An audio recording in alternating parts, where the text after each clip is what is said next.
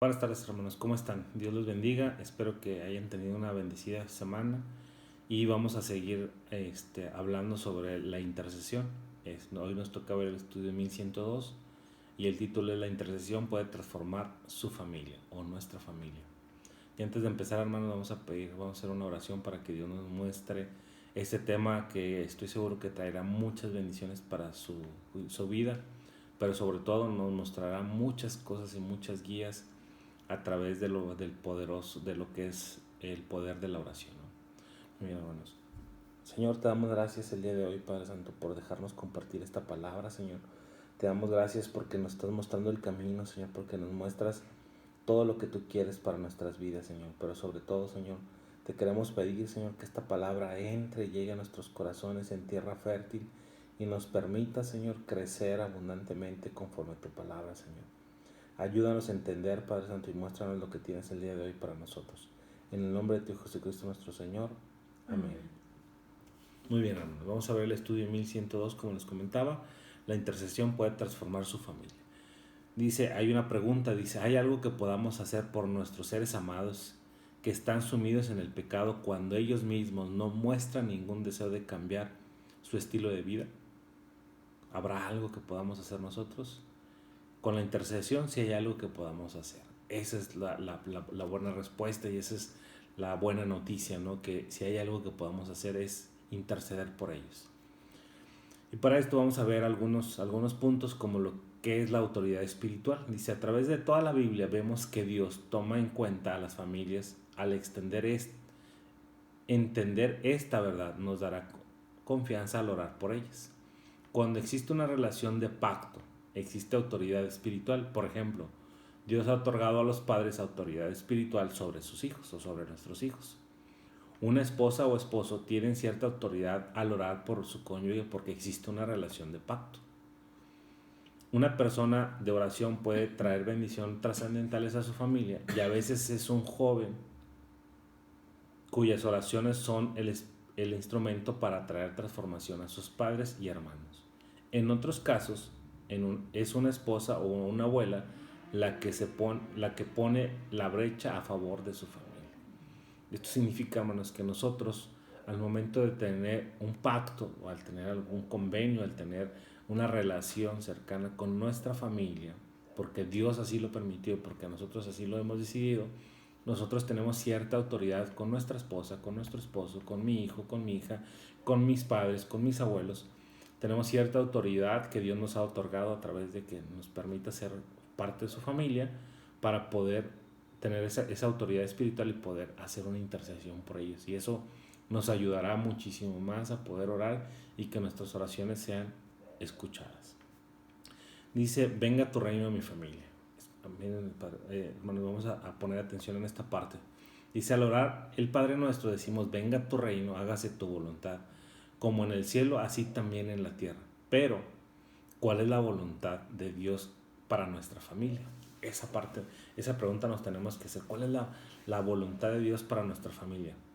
En vez de solo orar, Padre bendice a mi familia, necesitamos orar las escrituras porque Dios dice, su palabra no volverá a él vacía, sino hará lo que él quiere. Entonces, hermanos, nosotros cada que tengamos una oportunidad y cada que tengamos la necesidad de que Dios ponga ese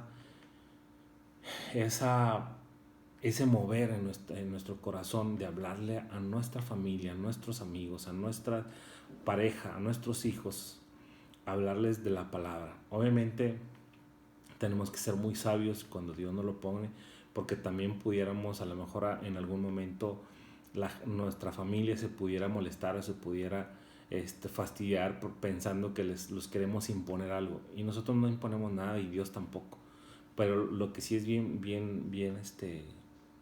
conocido, porque la palabra sí lo dice, es que sus palabras jamás volverán vacías. Entonces, cuando la palabra viene de Dios, esa palabra nunca volverá vacía. Si es, de alguna manera, les puedo asegurar que de alguna manera, cuando esa palabra viene de Dios, de alguna manera se quedará en ellos y obviamente no volverá vacía. Eso es garantía, porque Dios así lo dice y Dios no miente, ¿verdad? Dice, ¿qué dicen las escrituras acerca de todo esto? Dice, En Salmo 112, 1 y 2 dice: bienaventurado el hombre que teme a Jehová y en sus mandamientos se deleita en gran manera. Su descendencia será poderosa en la tierra. Entonces, hermanos, es bien importante hablar con esto con nuestra familia, que nosotros tenemos que ser temerosos de Jehová y obedecer sus mandamientos, ¿verdad? Porque nos tenemos que deleitar en eso. Y también en Salmo 102:28 dice: los hijos de tus siervos habitarán seguros y su descendencia será establecida delante de ti. Entonces tenemos que, también aquí, hermanos, hay un doble propósito en esto. Tenemos que ser nosotros ejemplos para nuestras familias, ¿verdad? Para poder tener la autoridad también de poder hablar y poder decir. Dice: los hijos de tus siervos habitarán seguros y su descendencia será establecida delante de ti. Muy bien, en Isaías 49:25 dice: pero así dice Jehová, ciertamente el cautivo será rescatado del valiente, y el botín será arrebatado al tirano, y tu pleito yo lo defenderé y yo salvaré a tus hijos. Isaías 49:25. Hermanos, tenemos que entender que nuestra oración no es por pelear con alguien. Las peleas, nuestras batallas, nuestra batalla, nuestra defensa, la hará Dios. Nosotros no la hacemos, nosotros solamente nos tenemos que encargar de hacer la oración, ¿verdad? Y en Isaías 54:13 dice: y todos tus hijos serán enseñados por Jehová, y se multiplicará la paz de tus hijos. Es importante, hermanos, que entendamos que tenemos que hablar a nuestros hijos, que vayan creciendo en la palabra de Jehová, que vayan creciendo en la fe, para que la paz de ellos y la paz de nosotros a través de todas sus vidas y de nuestras vidas obviamente sea multiplicada, ¿verdad? Y eso es lo que dice en Isaías 54:13. Dice: lucha por tu familia. Y yo, pues, oye, hermano, pues primero me dices que no luche, ahora me dices que luche. Bueno, luchamos en oración, en intercesión, y así viene el subtema. Dice: lucha por tu familia, no temáis delante de ellos, acordaos del Señor, grande y temible, y pelead por vuestros hermanos, por vuestros hijos y por vuestras hijas. Esto lo encontramos en Nehemías 4:14. Entonces, tenemos que ser muy valientes, y no temerle a nadie. Recordar, hermanos, que nuestro Dios, el Dios poderoso, el Dios soberano, el Dios temible, el grande, que es el que pelea nuestras batallas, y nosotros hablamos con Él, oramos con Él y le pedimos a Él. Hermano, estoy seguro que tú también en algún momento crees que las cosas son muy difíciles y que a veces no puedes cambiar algunas cosas, y que es muy complicado hacer alguna situación, hacer algo, ser obediente en algunas áreas de tu vida. Estoy seguro que así pasa.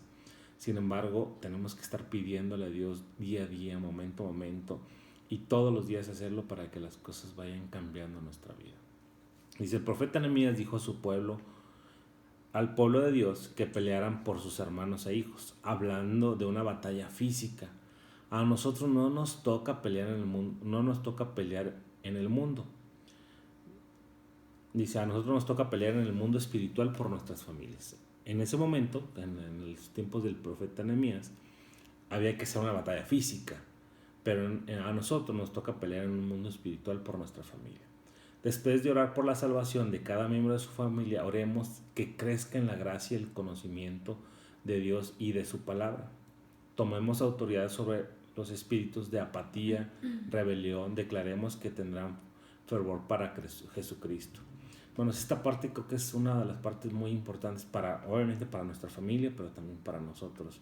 Tenemos que orar porque Dios nos elimine el espíritu de apatía, nos elimine el espíritu de rebelión, nos elimine el espíritu de que quiera arrebatarnos la fe, la poca fe que estemos así, fructificando y haciendo crecer.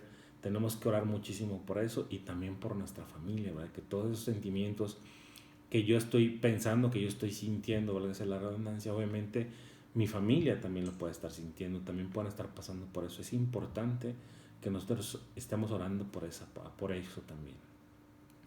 Dice: levantamos muros de protección, como también Nehemías hizo. Si leen ese pasaje de la Biblia, Nehemías levantó los muros de Jerusalén.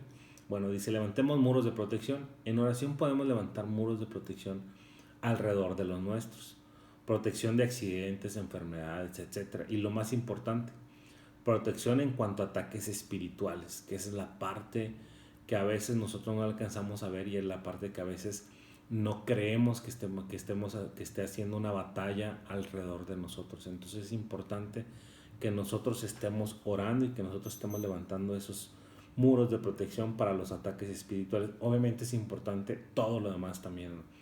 Contra accidentes, contra enfermedades, sobre todo ahorita con todo esto que estamos viviendo ahora en la actualidad, pues es importante que pidamos protección y que oremos por esa protección, pero también contra el ataque espiritual, hermanos, que es el que nos puede atacar y puede atacar nuestra vida eterna, ¿verdad?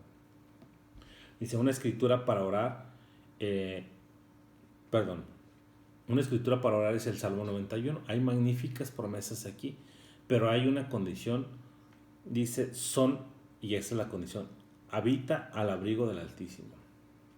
Dice, no es para quien visita de vez en cuando, no es para el que de vez en cuando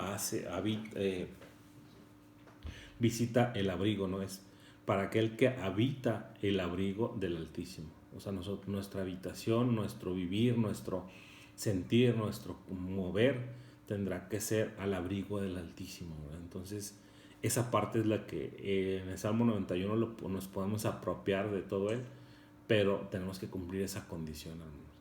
Esa condición pudiera ser complicada, pudiera ser fácil, pues todo dependerá de nosotros y de qué tanto le estemos pidiendo a Dios para poder hacer las cosas de una manera correcta y diferente. Si usted habita ahí, entonces reclame el versículo 10. No te sobrevendrá mal, ni plaga tocará tu morada. Decláralo sobre tu cónyuge, tus hijos, tus nietos, tus padres, sobre todo, si nosotros estamos habitando ahí, hermanos. Y si no, vamos a ponernos a trabajar para habitar ahí, hermanos. Dice, ora por tu matrimonio. No esperes hasta que haya problemas en tu hogar para orar por tu matrimonio.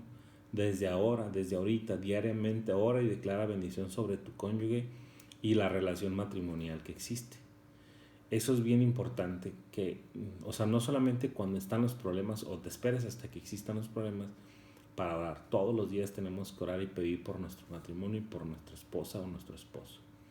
Dice, la esposa debe levantar muros de protección alrededor de su marido, que sea prosperado en todo lo que hace, que goce de buena salud y que sea librado de la mujer ajena.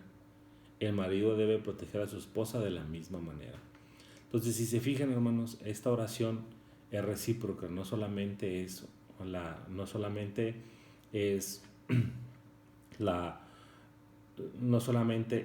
la necesidad de uno, no solamente es el deber de uno, sino es el deber de ambos, de orar por los dos. Obviamente, algunos harán cosas muy específicas como esposa, y como marido oras otras cosas específicas, pero los dos tenemos que orar.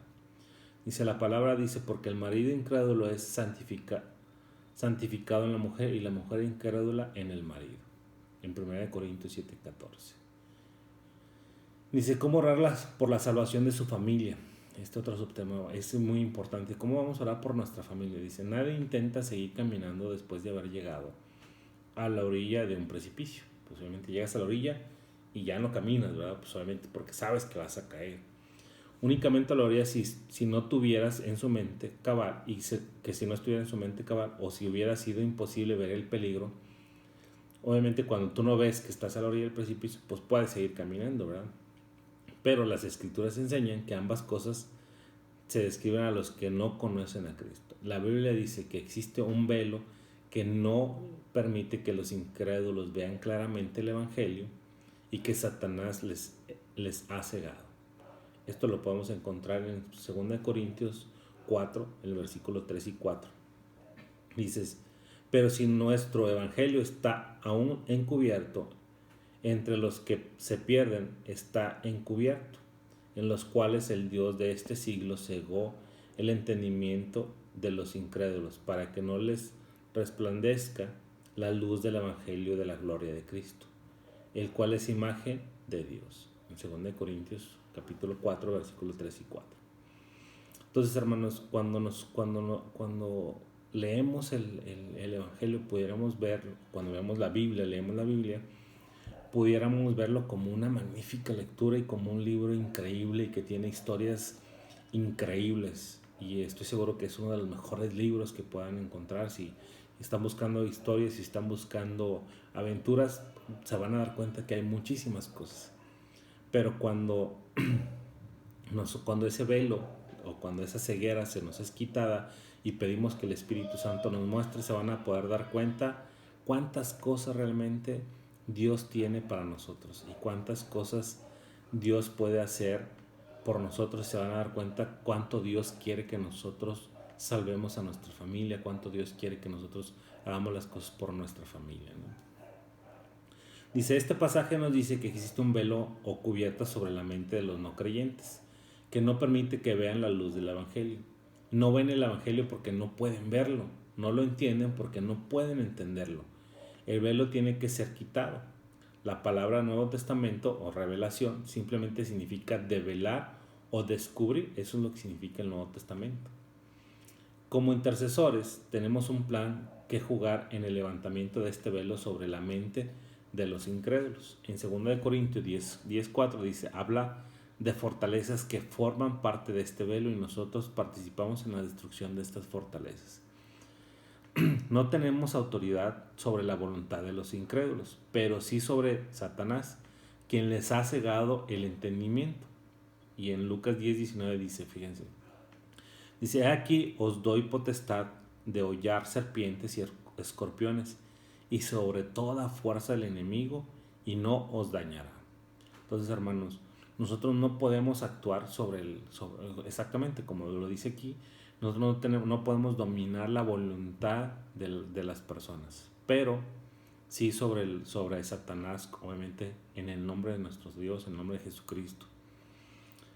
Y eso es lo que tenemos que hacer que Satanás quite ese velo que ha puesto, que quite eso que le está poniendo en su mente para que pueda hacer las cosas conforme a lo que Dios quiere. Dice orar con inteligencia. Entonces, ¿qué vamos a pedir al orar por nuestros seres amados que no conocen al Señor? Que Dios quite el velo de ellos y que reciban revelación divina. Eso es lo muy importante, que tenemos que orar por nuestras familias que no creen. Que el Señor ponga gente en su camino que les dé un buen testimonio. Bueno, estas dos cosas son bien importantes, hermano, para los que creemos y para los que no creemos y para los que estamos en el camino. Primero es que Dios nos quite el velo a aquellas personas que no creen, y a nosotros que estamos creyendo, que estamos dudando, que el enemigo no nos permita volvernos a poner ese velo, ¿verdad? Ese velo que ya nos mostró de alguna manera la revelación divina. Y que el Señor ponga gente en su camino que les dé un buen testimonio. Que el Espíritu Santo traiga convicción de pecado. Que sea derribada toda fortaleza y cualquier espíritu que esté en contra del conocimiento de Dios, y específicamente el orgullo y la rebelión.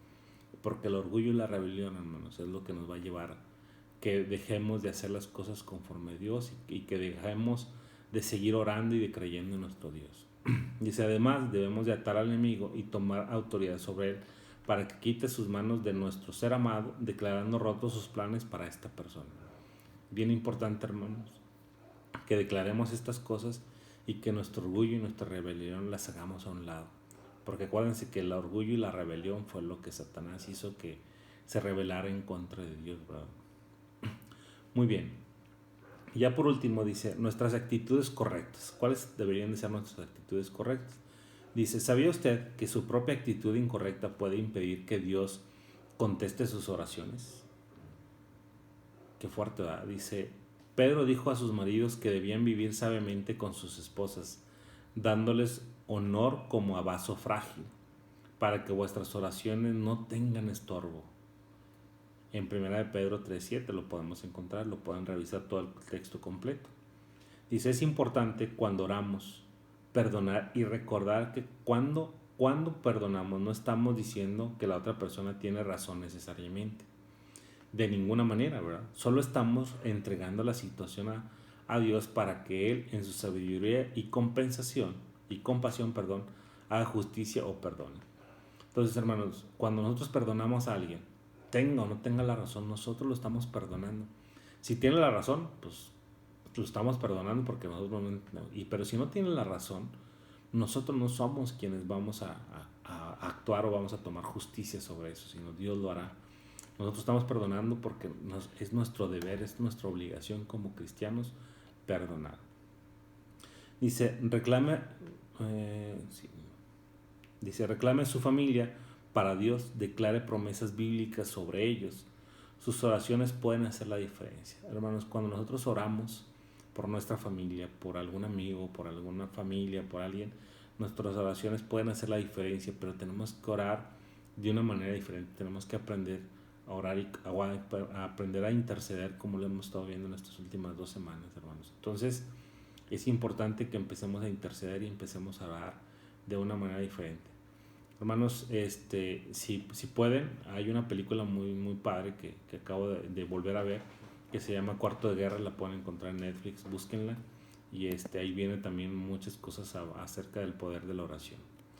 Bueno, hermanos, espero que les haya gustado este tema y haya traído bendición para sus vidas.